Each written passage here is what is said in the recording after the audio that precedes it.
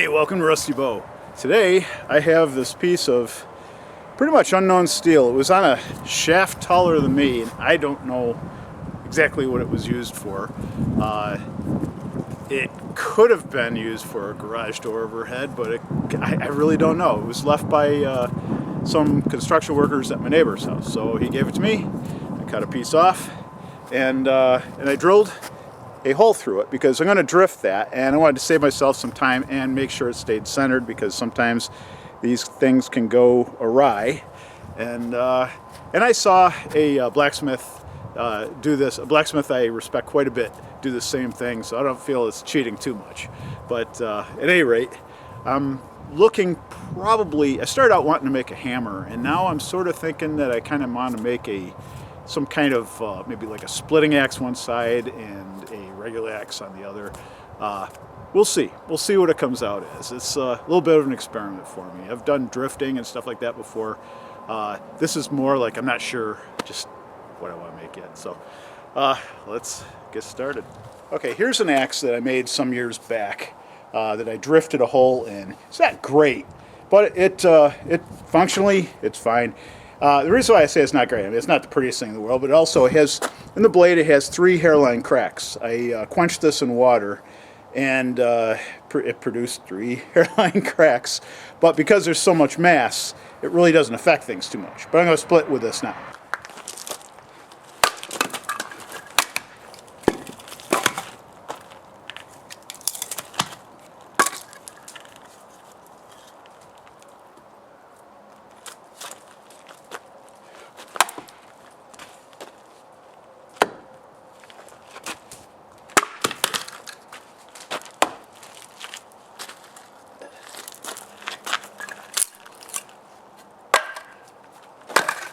So, yeah, like I said,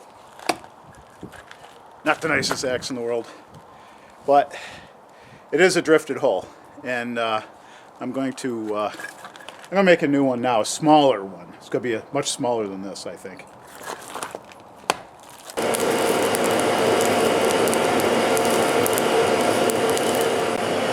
Okay, I figured I better normalize it first.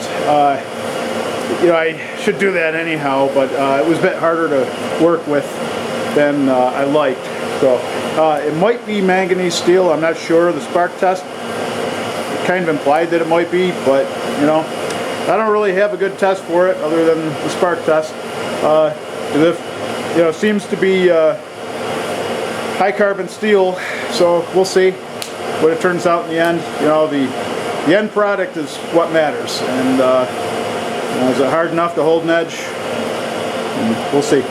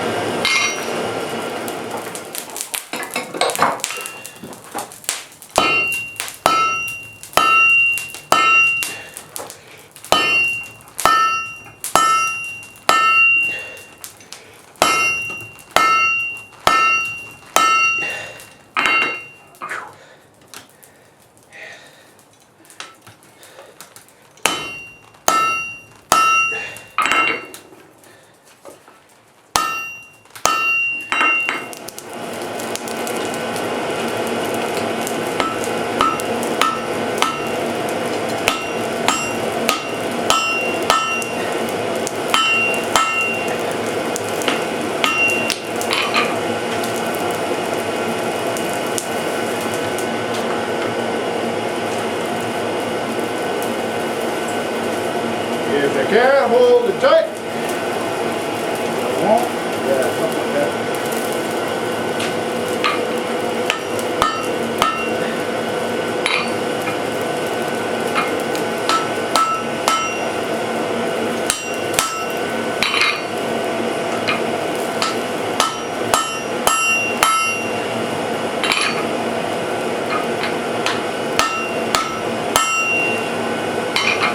Trust me on this one.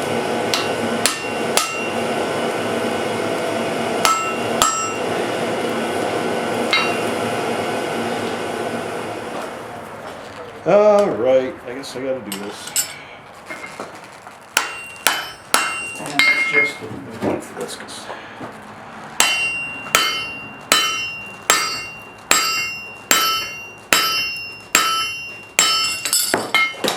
I get the job done.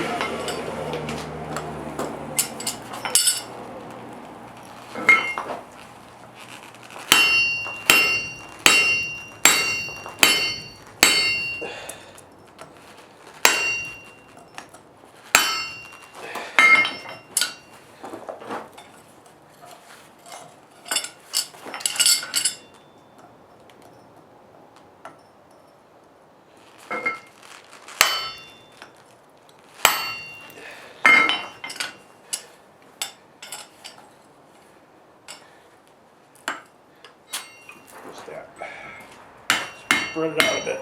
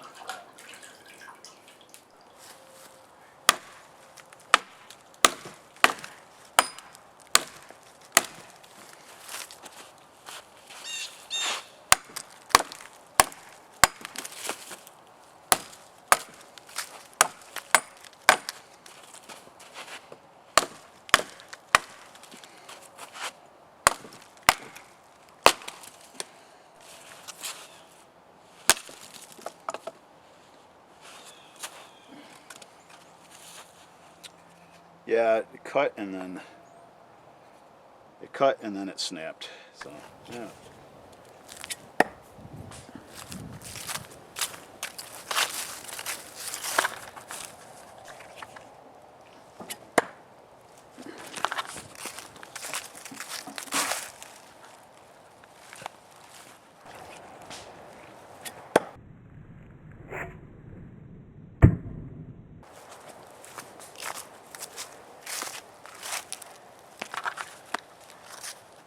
Well, this didn't turn out at all like I planned. It's ugly, the angle's wrong. I don't know, what good thing can I say about this axe? Well, it cuts, and it throws. It's got utility, but it is the most ridiculous axe I've ever made. And not a point of pride, but it is what it is. And next week I'll make something different. So but I actually learned a lot in making this by experimentation. So at some point I'll make a bigger axe, and I'll do some of the things I did in this video. Just not all of them, and not in the order that I did them here. Because I did some things out of order. You know, I was trying to protect the socket after I started it, and you know, it just, some things have to be done in a certain order. And the worst part about this axe is the steel. It might be manganese steel, I'm not sure, judged by the sparks maybe, but it seemed to get harder to work with the more I worked with it. I mean, it was terrible, you know, it just, the steel did not want to move. So take that as what it is. All right, well, hope you had a good week, and I'll see you on the other side of this one. You stay well. Be good.